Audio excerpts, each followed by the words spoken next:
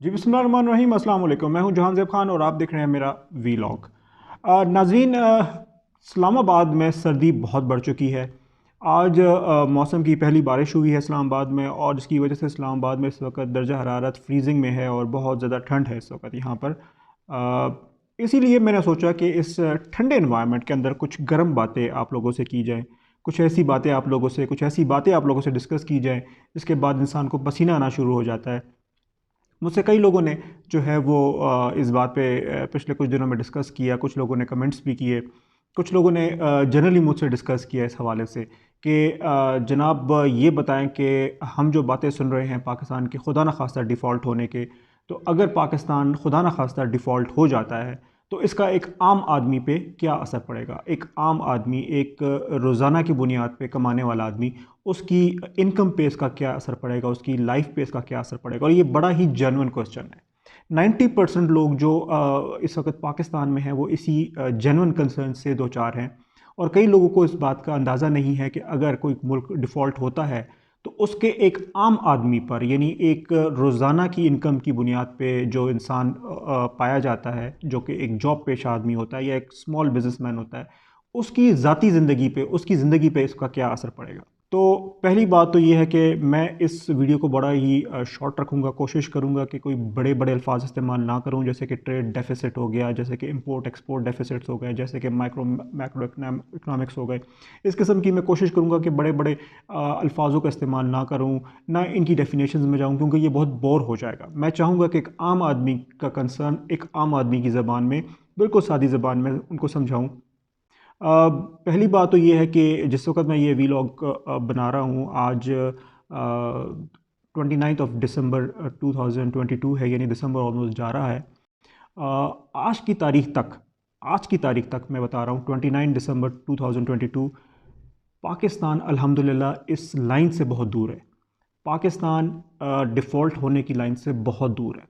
जो economical indicators इस वक्त पाकिस्तान के शो में हैं, डिस्प्ले में हैं, और ये इकोनॉमिकल इंडिकेटर्स इस तरह नहीं होता कि आज का इकोनॉमिकल इंडिकेटर कल के इकोनॉमिकल इंडिकेटर से मुख्तलिफ होता है। ये पिछले 4-5 माह का एक इकोनॉमिकल इंडिकेटर बनाया जाता है जिसको हम ओवरऑल इकोनॉमिकल इंडिकेटर कहते हैं। तो अभी का जो इकोनॉमिकल इंडिकेटर है वो ये बताता है कि अल्हम्दुलिल्लाह पाकिस्तान इस वक्त इस खतरे से दो चार नहीं होने वाला और इस खतरे से काफ़ी दूर है। और कुछ कह सराइयाँ ज़रूर हैं मार्केट में, कुछ व्लॉगर्स भी इस पे बात कर रहे हैं, कुछ बातें हम न्यूज़ में भी सुन रहे हैं इसके हवाले से, मगर वो सब क्या सराइयाँ हैं। और कुछ ये भी कह सकते हैं, कुछ एलिमेंट्स हैं जो शायद चाहते हैं कि इस किस्म की अफवाहें जो है मार्केट में उड़ती रहें। लेकिन अल्हम्दुलिल्लाह इस वक्त पाकिस्तान ऐसी किसी सिचुएशन से दो चार नहीं है। और आइंदा भी हम पूरी उम्मीद रखते हैं कि इंशाअल्लाह रहमान हमारा हमारा जो वतन अज़ीज़ है वो इस तरह की हर वबा से, इस तरह की हर प्रॉब्लम से जो है वो हमेशा महफूज रहेगा। तो आ जाते हैं टॉपिक के ऊपर कि खुदा ना खास्ता पाकिस्तान अगर डिफ़ॉल्ट हो जाता है तो एक आम आदमी पे उसका क्या असर पड़ेगा। तो सबसे आसान लफ्ज़ों में, पाकिस्तान का हर एक शख्स, चाहे वो अमीर है, चाहे वो गरीब है, चाहे वो किसी भी स्टेटस का आदमी है, पाकिस्तान का हर एक शख्स गरीब हो जाएगा। हर एक शख्स जो बैठा हुआ है, चाहे वो किसी भी स्टेटस का है, वो गरीब हो जाएगा। कैसे गरीब हो जाएगा कि उसके अकाउंट में, उसके बैंक में जो पैसे पड़े हुए हैं वो 40 टू 60% के रेशो से उसकी डिप्रिसिएशन जो है वो गिर जाएगी। यानी अगर आपके अकाउंट में 1 लाख रुपया पड़ा हुआ है आज की तारीख में, और खुदा ना खास्ता पाकिस्तान डिफ़ॉल्ट डिक्लेयर हो जाता है, तो वो 1 लाख जो है वो 60,000 की वैल्यू रखेगा। यानी अब आप उस 1 लाख से सिर्फ 60,000 तक की इनकम एक्सपेंडिचर्स या एक्सपेंसेस कर सकते हैं। तो ऑटोमेटिकली दुनिया, पाकिस्तान का जितने भी, जो भी इंसान पाकिस्तान में बैठा हुआ है, जो भी आदमी पाकिस्तान के अंदर मौजूद है, हर शख्स जो है वो 40 टू 60% की रेशो से गरीब हो जाएगा। ठीक है जी। अचानक चीज़ें मार्केट में महंगी हो जाएंगी, एक बूम आएगा बहुत बड़ा महंगाई का, जो कि अप्रोच से बाहर होगा। ठीक है जी। अब उस डेप्रिसिएशन ऑफ करेंसी जो हुई 40 टू 60%, ये तो अपनी जगह पे होगी। ये जो बूम आएगा एकदम चीज़ों की महंगाई पे, ये तकरीबन 65% होगा। 65% एक्सपेक्टेड किया जा सकता है। अच्छा, मैं एक और बात बता दूं कि ये ज़रूरी नहीं है कि जो बातें मैं कर रहा हूं हर मुल्क जो डिफ़ॉल्ट होगा वो इन्हीं लाइन से गुजरेगा। ये कुछ ममालिक की क्रेडिबिलिटी पे होता है, कुछ ममालिक की इंटरनल प्रोडक्शन पे होता है, कुछ ममालिक की जो है इंपोर्ट और एक्सपोर्ट का जो एक बैलेंस होता है उसके ऊपर भी ये मुनसर होता है। आपकी प्रोडक्शन क्या है उस पर भी ये मुनसर होता है। आप कितनी रॉ मटेरियल्स पाकिस्तान से प्रोड्यूस करते हैं, कितना आप मादनियात पाकिस्तान से प्रोड्यूस करते हैं, इस पर भी डिपेंड करता है। इन सब चीज़ों पर डिपेंड करता है। जो मैं आपसे बात कर रहा हूँ वो पाकिस्तान की मौजूदा सूरत हाल को देखकर, जो पाकिस्तान की प्रोडक्शन है, इंपोर्ट और एक्सपोर्ट का बैलेंस को देखकर मैं अभी की बुनियाद पर आपसे बात कर रहा हूँ कि जो करेंसी होगी वो 40 to 60% डिप्रिसिएट कर जाएगी और जो महंगाई होगी वो 65% पे टच कर जाएगी। मौजूदा सूरत हाल के तनाज़ुर में बात हो रही है। इस महंगाई के अंदर जो बड़ा हिट होगा, जो बहुत बड़ा हिट आएगा वो ऑयल पे आएगा, यानी कि पेट्रोलियम की जो मसनूआत हैं, जितनी भी पेट्रोलियम की मसनूआत हैं वो 65% बढ़ जाएंगी। अब आप अंदाज़ा लगा सकते हैं कि अगर पेट्रोल डीज़ल 65% बढ़ जाता है तो क्या हाल हो सकता है। इसके अलावा जो गैस है, सार्फिन की गैस है या इंडस्ट्रियल गैस है, वो 65% बढ़ जाएगी। इसके अलावा जो आपकी बिजली है, जो पर यूनिट कॉस्ट है आपकी बिजली का, वो 65% बढ़ जाएगा। अब आप अंदाज़ा लगाएं कि बिजली, गैस और पेट्रोल ये आपका कॉस्ट ऑफ लिविंग है। आपकी तमाम लिविंग जो है इसी के इर्द गिर्द चल रही होती है। पेट्रोल महंगा होता है या बिजली महंगी होती है तो कॉस्ट ऑफ लिविंग बढ़ जाती है, क्योंकि आपका प्रोडक्शन उससे अफेक्ट होता है, आपकी ट्रांसपोर्टेशन उससे अफेक्ट होती है, आपकी एग्रीकल्चर उससे अफेक्ट होती है, तो आपकी कॉस्ट ऑफ लिविंग जो है वो बढ़ जाती है। अब आप सोचें, अंदाज़ा लगाएं कि आपके अकाउंट में जो पैसे थे वो अचानक 60% डिप्रिसिएट हो गए और आपके मार्केट में जो कीमतें हैं वो 65% ऊपर चली गई हैं, तो आप किस हद तक इस चीज़ को इसको कवर करने में लग जाएंगे। आपकी शायद सुबह से शाम हो जाए सिर्फ अपने ख़र्चों को पूरा करने में, क्योंकि अब ये खर्चे आपके जो अखराजात हैं उससे बढ़ चुके होंगे। इसके बाद आपकी कमोडिटीज़ पे आ जाते हैं, जो पेरिशेबल कमोडिटीज़ हैं, जो कि रोज़ाना की बुनियाद पे खाई पी जाती हैं, जो कि हम इस्तेमाल करते हैं अपनी रोज़ाना की बुनियाद पे, जैसे घी है, शुगर है, चाय की पत्ती है, आटा है, ये जो बुनियादी दालें हैं। अब अनफॉर्चुनेटली बात ये है कि पाकिस्तान खुद कुछ भी प्रोड्यूस नहीं कर रहा। इस वजह से ये भयानक सूरत हाल आपके सामने आ रही है। अगर पाकिस्तान इनमें से कुछ भी खुद प्रोड्यूस कर रहा होता या उसका जो प्रोडक्शन लेवल है वो उसका मैग्नीट्यूड बहुत बड़ा होता, तो शायद इनमें से बहुत सी चीज़ों को हम खुद कवर कर सकते। मगर इनमें से कोई भी चीज़ पाकिस्तान खुद से प्रोड्यूस नहीं कर रहा। इवन जो एडिबल ऑयल तक है, एडिबल बीन्स तक है, वो भी हम इंपोर्ट कर रहे हैं। और हमारा इंपोर्ट का जो रेशो है एक्सपोर्ट से, यानी कि जो हम चीज़ें बाहर भेजते हैं और जो चीज़ें बाहर से मंगवाते हैं, उसमें जो डिफरेंस है वो 80% का डिफरेंस है। अब इतने बड़े डिफरेंस से, मतलब इतना शहाना ज़िंदगी गुजारने वाली कौम को अचानक अगर ये खबर मिले कि आपकी जो कमोडिटीज़ हैं वो 65% बढ़ चुकी हैं और आपकी इनकम 65% गिर चुकी है, तो आप सोच सकते हैं कि उस वक़्त क्या आलम होगा अफरा तफरी का। तो आपकी जो बेसिक कमोडिटीज़ हैं, जिसमें आपका एडिबल ऑयल आता है, एडिबल घी आता है, आपका शुगर आता है, आपका वीट आता है, आपका घी आता है, आपका ऑयल आता है, जो आप कंज्यूम करते हैं डे टू डे लाइफ में, वो आपकी एक्सपेंसिव हो जाएंगी। वो आपकी एक तो एक्सपेंसिव हो जाएंगी, दूसरा वो मार्केट से गायब हो जाएंगी। ठीक है जी। जब मार्केट से एक चीज़ गायब हो जाती है तो वो ब्लैक मार्केट में चली जाती है। ब्लैक मार्केट में जाने का मतलब यही होता है कि अब वो बहुत एक्सपेंसिव रेट्स में आपको अवेलेबल होंगी। तो रिवाइज़ करते हैं, आपके अकाउंट में पैसे पड़े हैं वो 65% गिर गए हैं, आपकी जो कॉस्ट ऑफ लिविंग है वो 65% बढ़ गई, आपके पास जो बेसिक कमोडिटी है उसको यूटिलाइज़ करने के पैसे तक नहीं रहे। अब होगा क्या कि ओवरऑल जो ये बीमारी है, जिसको मैं बीमारी कहूँगा, महंगाई, ये ओवरऑल 45% बढ़ जाएगी। 45% ये महंगाई बढ़ चुकी होगी अब तक। इसके बाद क्या होगा, अगला असर किस चीज़ पे पड़ेगा कि आप देखेंगे कि आपका जो रियल स्टेट है वो कोलैप्स कर जाएगा। पाकिस्तान में जो रियल स्टेट में जिसमें हर शख्स ने पैसा डाला हुआ है, चाहे वो पाकिस्तान के अंदर बैठा है, चाहे वो ओवरसीज़ पाकिस्तानी है, सॉरी, वो दोनों, चाहे ओवरसीज़ पाकिस्तानी है चाहे पाकिस्तानी है, रियल स्टेट में पैसा डाल के बैठा हुआ है, तो रियल स्टेट आपकी बिल्कुल कोलैप्स हो जाएगी। रियल स्टेट के तमाम प्रोजेक्ट्स बंद हो जाएंगे और जो प्रोजेक्ट्स खड़े हैं वो खड़े के खड़े रह जाएंगे, क्योंकि आपके पास इतने पैसे नहीं होंगे कि आप पेट्रोल डाल सकें गाड़ी के अंदर, आपके पास इतने पैसे नहीं होंगे कि आप घी, चीनी, आटा अपने घर में पूरा कर सकें, अपनी ग्रोसरी पूरा कर सकें। आपके पास इतने पैसे नहीं होंगे कि आप अपनी बिजली के अखराजात पूरे कर सकें, आप अपनी इंडस्ट्रीज़ के जो है अखराजात पूरे कर सकें, आप अपने अपने इंडस्ट्री के मज़दूरों को वेजेस दे सकें, आप अपने कारोबार के जो एम्प्लॉयज़ हैं उनको वेजेस दे सकें, आप बिजली के बिल्स अफोर्ड कर सकें, तो आप रियल स्टेट की तरफ नहीं जाएंगे। जब आप रियल स्टेट की तरफ नहीं जाएंगे तो प्रॉपर्टी की कीमतें बहुत नीचे आ जाएंगी, यानी क्रैश में चली जाएगी प्रॉपर्टी की कीमतें। यहाँ सिर्फ वो लोग जिनके पास एक्सेस बहुत ज़्यादा पैसा है, मतलब ब्लैक मनी पड़ा हुआ है, वो लोग इसका फ़ायदा उठाएंगे कि वो आपकी करोड़ों की जो प्रॉपर्टी है वो लाखों में ख़रीद कर उसको जो है वो अपने बैकअप में रख लेंगे।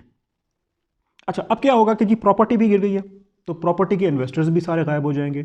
जितने लोग प्रॉपर्टी में इन्वेस्ट कर रहे थे या जिनका काम प्रॉपर्टी के अंदर था वो सब के सब गायब हो जाएंगे। बहुत से लोगों का नुकसान होगा इसमें, बहुत से लोग शायद इस दिवालियापन की सूरत में भी आ जाएं।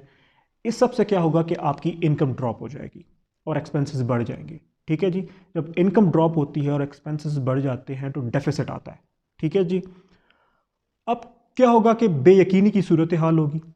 ठीक है, महंगाई ऑलरेडी होगी और बेयकीनी की सूरत हाल होगी, तो कोई भी शख्स नए किसी प्रोजेक्ट में पैसा नहीं डाल रहा होगा, कोई भी शख्स नई चीज़ ख़रीद नहीं रहा होगा, कोई भी शख्स नए किसी मामले में अपनी इन्वेस्टमेंट नहीं कर रहा होगा। तो जब इन्वेस्टमेंट्स नहीं हो रही होंगी, चाहे वो लोकल है चाहे वो इंटरनेशनल है, तो आपके पास जो करेंसी आ रही है वो आना बंद हो जाएगी। ऑलरेडी चूंकि आप डिफ़ॉल्ट हो चुके होंगे तो कई ममालिक या कई इंटरनेशनल ऑर्गेनाइजेशंस जो आप लोगों के साथ ट्रेड कर रही थी वो ट्रेड करना बंद कर देंगी। उनके कई प्रोग्राम्स जो हैं वो हॉल्ट हो जाएंगे। कई प्रोग्राम्स जिनमें आपको पैसा आना था या आपकी इंडस्ट्री को पैसा आना था वो तमाम बंद हो जाएगा। अब क्या होगा कि जी आपके पास कोई फॉरेन इन्वेस्टमेंट नहीं है और आपके पास जो एक ही फॉरेन इन्वेस्टमेंट है वो है ओवरसीज़ रेमिटेंसेस, यानी ओवरसीज़ पाकिस्तानी जो बैठा हुआ है वो आपको रेमिटेंसेस भेजेगा। अब प्रॉब्लम ये है कि हमारे 90% ओवरसीज़ पाकिस्तानी जो हैं उन्होंने भी प्रॉपर्टी के अंदर इन्वेस्टमेंट की हुई है, और ये बहुत बड़ा डेटा है। प्रॉपर्टी की इन्वेस्टमेंट में हमारा 90% ओवरसीज़ पाकिस्तानी है। उन्होंने प्लॉट्स, शॉप्स, मॉल्स, फ्लैट्स, हर तरह की प्रॉपर्टी में इन्वेस्ट किया हुआ है। जब ये प्रॉपर्टी गिरेगी, इनकी प्राइसेस गिरेंगी, तो ऑटोमेटिकली आपका जो ओवरसीज़ पाकिस्तानी है वो भी गरीब हो जाएगा। ठीक है जी, तो अब आपकी फॉरेन इन्वेस्टमेंट तो वैसे नहीं आ रही थी। फॉरेन इन्वेस्टमेंट की जितनी भी कंपनीज थी वो डिफ़ॉल्ट का उनके पीछे हट गई थी। अब आपका जो ओवरसीज़ पाकिस्तानी है वो भी बेचारा ज़ेर अताब आ चुका होगा। अब ऐसे में क्या होगा कि ऑब्वियसली आप इंपोर्ट्स नहीं कर पाएंगे। आप जब इंपोर्ट्स नहीं कर पाएंगे तो शॉर्टेज होना शुरू हो जाएगी आइटम्स की पाकिस्तान के अंदर। ठीक है जी, इंपोर्ट्स ना होने की सूरत में आपके एक्सपोर्ट्स भी नहीं हो पा रहे होंगे, तो आपकी इंपोर्ट्स और एक्सपोर्ट्स दोनों डिक्लाइन में जा रही होंगी। जब इंपोर्ट और एक्सपोर्ट डिक्लाइन में जा रही होंगी तो जो प्रॉब्लम आ रहा होगा वो आ रहा होगा कि नई कोई मशीनरी या नई टेक्नोलॉजी पाकिस्तान में नहीं आ रही होगी। नई जो टेक्नोलॉजी है, मशीनरी ना आने की वजह से बहुत सारी जॉबलेसनेस स्टार्ट हो जाएगी। आपका बैंक का जो इंटरेस्ट रेट है वो गिर जाएगा। ठीक है जी, और इंटरेस्ट रेट के गिरने से आपकी मैक्सिमम इंडस्ट्रीज़ कोलैप्स कर जाएंगी, क्योंकि मैक्सिमम इंडस्ट्रीज़ आपके इंटरेस्ट रेट के ऊपर चल रही होती है। मैक्सिमम इंडस्ट्रीज़ आपकी कोलैप्स कर जाएंगी। अब जब मैक्सिमम इंडस्ट्रीज़ कोलैप्स कर जाएंगी तो क्या होगा? जॉबलेसनेस, बेरोज़गारी का एक सैलाब होगा, एक सुनामी होगी कि लोग बेरोज़गार होना शुरू हो जाएंगे, और एक ही वक्त में एक ऑर्गेनाइजेशन खुदा न खास्ता कई हज़ार लोगों को खुदा न खास्ता वो जो है थैंक यू का लेटर देकर उन्हें घर भेज रही होगी। तो एक बहुत बड़ी पावर्टी का जो रेशो है वो यूँ एकदम उसका ग्राफ ऊपर की तरफ जाएगा। अब हमने देख लिया कि जी हर शख्स गरीब हो गया। आपकी जो बैंक में बैलेंस है वो 60% गिर गया। आपका जो कॉस्ट ऑफ लिविंग है वो 65% बढ़ गया। आपकी कमोडिटीज़ एक्सपेंसिव हो गई, आपके एक्सपोर्ट्स गिर गए, इंपोर्ट्स गिर गए, आपकी प्रॉपर्टी कोलैप्स हो गई, आपकी इंडस्ट्री कोलैप्स हो गई, आपका इंटरेस्ट रेट कोलैप्स हो गया, जॉबलेसनेस शुरू हो गई, और लोग धड़ाधड़ जॉग दर जॉग अल्लाह माफ़ करे खुदा न खास्ता जॉबलेस होना शुरू हो गए। अब क्या होगा कि आपका जो प्रोडक्शन सेंटर है वो मुतासर होना शुरू हो जाएगा, या सप्लाई ऑफ प्रोडक्शन जो है वो मुतासर होना शुरू हो जाएगी। कई प्रोडक्शन हाउस बंद होना शुरू हो जाएंगे। या उनकी सप्लाई इतनी ज़्यादा मुतासर हो जाएगी कि उन्हें बहुत बड़ी तादाद में लोगों को निकालना पड़ेगा। इसमें आपका आईटी सेक्टर है, आपका एग्रीकल्चर सेक्टर है, आपका बिल्डिंग मटेरियल सेक्टर है, आपका केमिकल सेक्टर है, आपका फर्टिलाइज़र सेक्टर है। ये तमाम जो आपका प्रोडक्शन हाउसेज़ हैं या जो प्रोडक्शन आपकी सर्विसेज हैं या प्रोडक्शन सेंटर्स जो हैं, ये बंद होना शुरू हो जाएंगे या इनकी सप्लाई बिल्कुल रुक जाएगी या फिर बहुत ही लो सप्लाई पे ये चल रहे होंगे। और एक बहुत बड़ी तादाद है जिसमें से लोग निकाले जा रहे होंगे। जैसे कि आपने देखा था कि पिछले दिनों एक खबर आई थी कि टोयोटा ने अपने कुछ प्लांट्स बंद कर दिए, सुजुकी ने अपने प्लांट्स बंद कर दिए। अब ग्रीक की बात ये आ रही है, उसके बारे में मैं सुन रहा हूँ कि ग्रीक जो कंपनी है वो बहुत बड़ी तादाद में लोगों को निकाल रही है अपनी एम्प्लॉयमेंट में से। तो ये असर आता है जब प्रोडक्शन हाउसेज आपके बंद हो जाते हैं। तो अब ओवरऑल अगर हम सम अप करें तो महंगाई आपकी 65% बढ़ चुकी होगी, जॉबलेसनेस आपकी 65 से 70% बढ़ चुकी होगी, क्योंकि बहुत बड़ी बड़ी इंडस्ट्रीज़ आपके में जो बहुत बड़ा तबका है बेरोज़गार हो चुका होगा। और आपके जो पैसे पड़े होंगे अकाउंट के अंदर, बैंकों के अंदर, वो डिप्रिसिएट हो चुके होंगे 65%। आपकी कॉस्ट ऑफ लिविंग बहुत ऊपर जा चुकी होगी, आपका रियल स्टेट तबाह हो चुका होगा, ख़त्म हो चुका होगा। आपकी जो इंपोर्ट और एक्सपोर्ट्स हैं वो डिक्लाइन हो चुकी होंगी, आपका इंटरेस्ट रेट डिक्लाइन हो चुका होगा, आपकी इंडस्ट्रीज़ कोलैप्स कर चुकी होंगी, आपका प्रोडक्शन सेंटर कोलैप्स कर चुका होगा। तो ओवरऑल इस वक्त की सिचुएशन में, जो इस वक्त पाकिस्तान की सिचुएशन है कि हमारी मैक्सिमम इंपोर्ट्स हैं, एक्सपोर्ट्स हमारी बहुत कम हैं और इंपोर्ट्स हमारी बहुत ज़्यादा है, और हम लोकली कुछ भी प्रोडक्शन नहीं कर रहे, और हमारा इन्हिसार टोटली जो है वो इंपोर्ट्स पर है। तो ऐसी सिचुएशन पे अगर खुदा ना खास्ता पाकिस्तान डिफ़ॉल्ट की तरफ जाता है तो ये सूरत हाल पैदा होगी। लेकिन हैविंग सेड दैट, इतनी सारी तल्ख़ बातों और तल्ख़ हकीकत को बयान करने के बाद, हैविंग सेड दैट, अभी तक पाकिस्तान ऐसे किसी इकनॉमिकल इंडिकेटर का शिकार नहीं है, और उम्मीद करते हैं कि इंशाअल्लाह इकनॉमिकल स्टेबिलिटी तभी हो सकती है जब पॉलिटिकल स्टेबिलिटी हो। तो ये बहुत नेसेसरी होगा कि हम लोग पॉलिटिकल डिफरेंसेस असाइड करते हुए पहले पाकिस्तान का सोचें। तो उम्मीद करते हैं कि इंशाल्लाह आगे भी पाकिस्तान ऐसे किसी हालात से जो है वो बहुत दूर रहेगा, और पाकिस्तान की क़ियादत, चाहे वो मिलिट्री इस्टेब्लिशमेंट है, चाहे वो सिविल इस्टेब्लिशमेंट है, पॉलिटिकल है, नॉन पॉलिटिकल है, सब एक पेज पे होकर पाकिस्तान के लिए काम करेंगे। अल्लाह हम सब का हामी और नासिर हो। पाकिस्तान पाइंदाबाद।